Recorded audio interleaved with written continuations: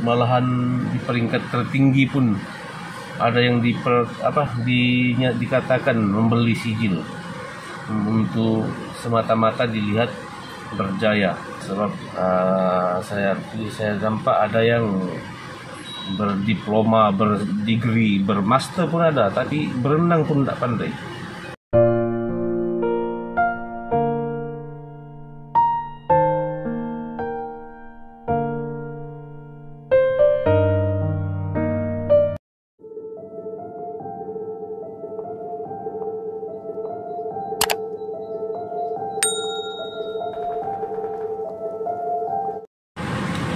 Halo guys, assalamualaikum warahmatullahi wabarakatuh.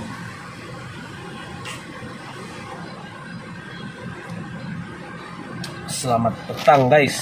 Hari ini saya dalam kereta pusing-pusing tengok jelajah Kota Kinabalu, Bandaraya Kota Kinabalu.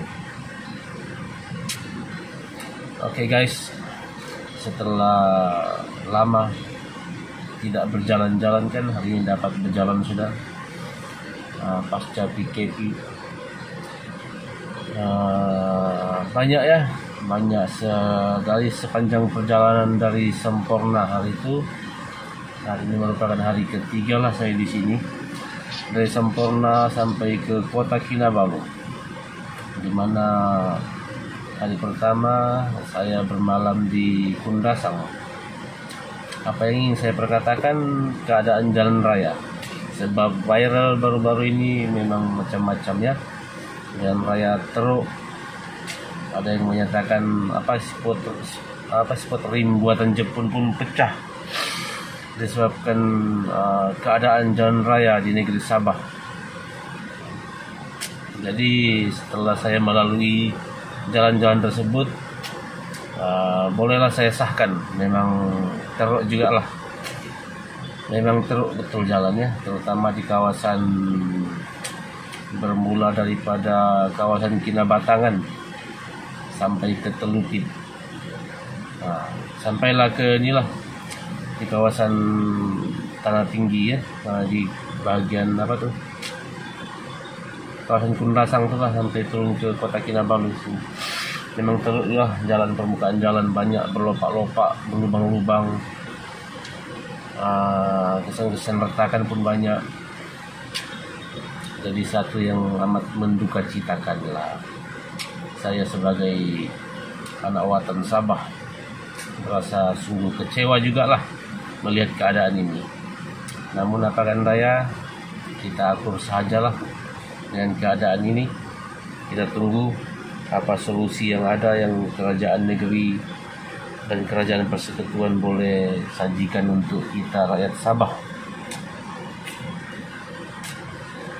Selain itu, sebenarnya saya bukan mengkritik kerajaan ya, bukan mengkritik mana-mana pihak. Memang itulah hakikatnya.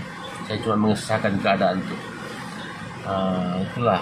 Selain itu, saya nampak sepanjang perjalanan juga sehingga ke sini banyak juga yang sedang buat repair jalan tuh, pembinaan. Kita punya tengok kontraktor sedang berusaha sebaik mungkin. Saya tengok tak tahulah kualiti hasil kerja mereka macam mana. Kita tunggulah perlahan, slow. Selain itu guys, saya cuma menyentuh isu itulah pekerja-pekerja. Saya tengok ramai ya pekerja-pekerja asing. Kalau kita dengar isu pengangguran di kalangan rakyat tempatan pun agak menduka citakan juga ya, tinggi ya. Kita dipahamkan kadar pengangguran di negeri Sabah tinggi. Jadi salah siapa guys? Persoalannya di situ. Salah siapa? Adakah benar? Adakah betul bangsa kita nih, warga tempatan ini pemalas, tidak mahu bekerja dalam apa yang diorang label sebagai 3D, 3D, kerja yang kotor, kerja yang berbahaya, apalagi satu kerja berat. Itulah, saya rasakan tidak. Masalahnya saya perhatikan, mungkin tidak semuanya, tetapi berpunca daripada sikap mentaliti masyarakat kita. Bukan golongan yang disasarkan, tetapi adalah golongan terdahulu, ibu bapak lah. Bukan saya salahkan ibu bapak, cuma ini mungkin mentaliti dahulu lah. Kalau kita dengar, kalau kita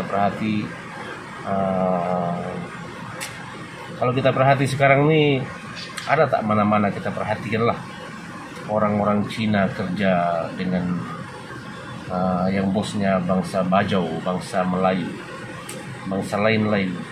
Tiada, jarang, mungkin ada tapi jarang. Ada tak bangsa India kah yang bekerja dengan bangsa kita?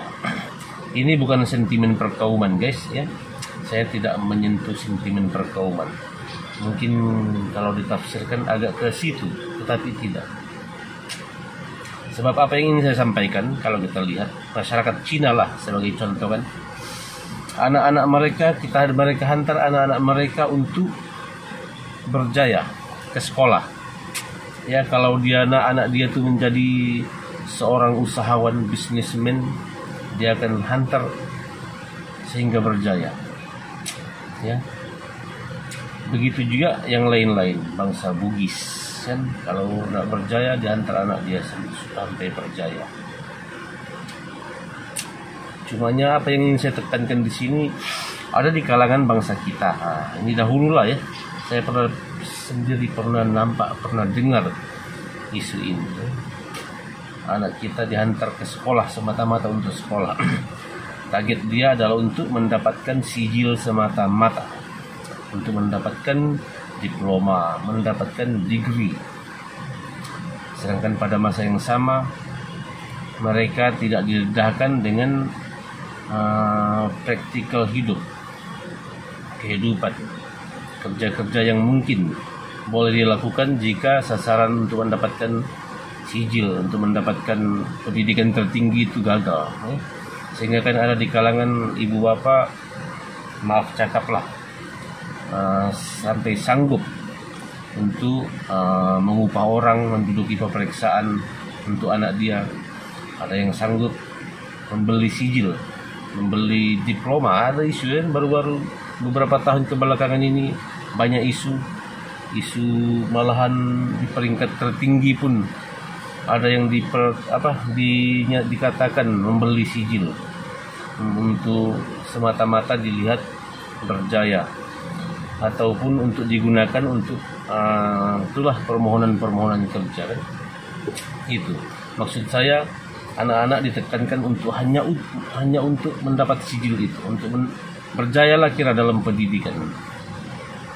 Sehingga kan masalahnya timbul apabila mereka telah dewasa.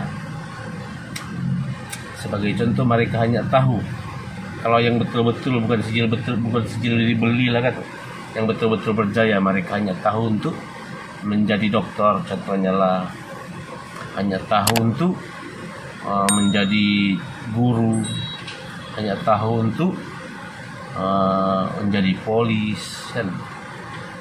Sedangkan pada masa itu, contohnya masa sekarang, tempat perjawatan yang mereka miliki itu, kemahiran yang mereka miliki itu tidak lagi mempunyai ruang, tidak lagi perjawatan yang kosong untuk mereka.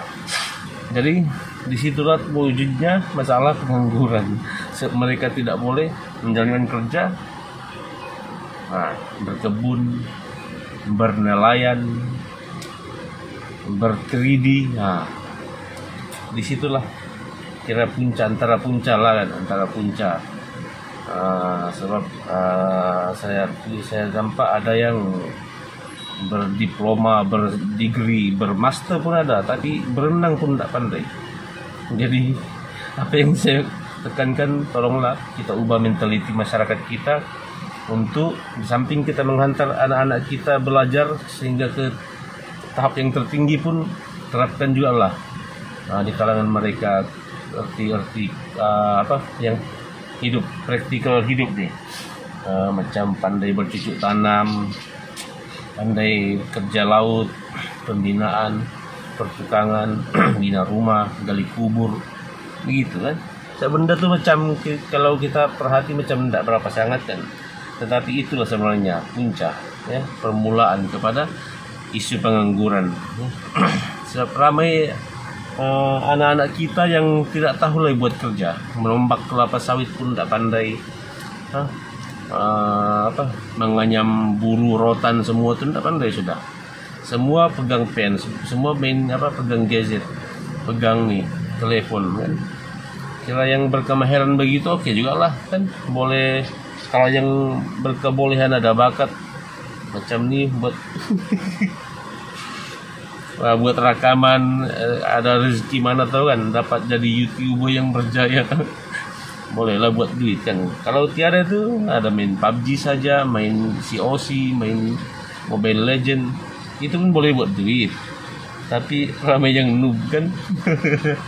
Jadi itulah guys, saya tidak menyinggung sesiapa, saya cuma pandangan biasa, pandangan daripada persepsi diri sendiri terhadap keperluan. Saya rasa satu keperluan lah untuk masyarakat, terutamanya masyarakat saya lah ya, Bajau, kita berubah lah ya. Mana-mana di kalangan yang sebaya dengan saya nih, atau yang abang-abang lagi dari saya, mulakanlah dari diri kita agar bangsa kita ini boleh bergerak berdiri seiring dengan bangsa lainnya.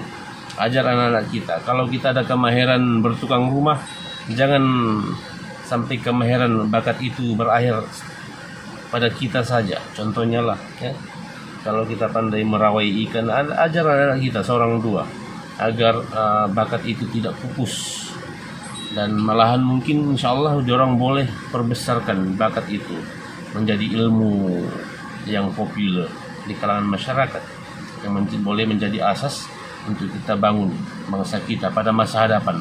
Mungkin masa sekarang tidak lagi lah kan, kita mulakan dari sini. Kalau kita mahir membuat craft tangan, turunkan kepada anak-anak kita. Memang